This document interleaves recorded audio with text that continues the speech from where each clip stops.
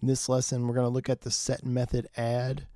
And what add does is it just simply adds an element to a set.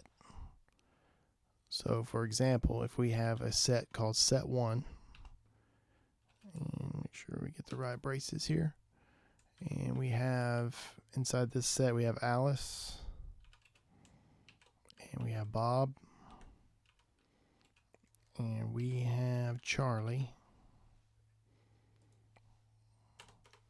If we do set1.add,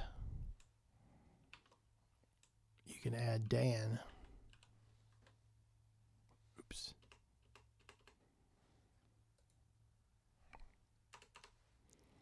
Now we'll print set1.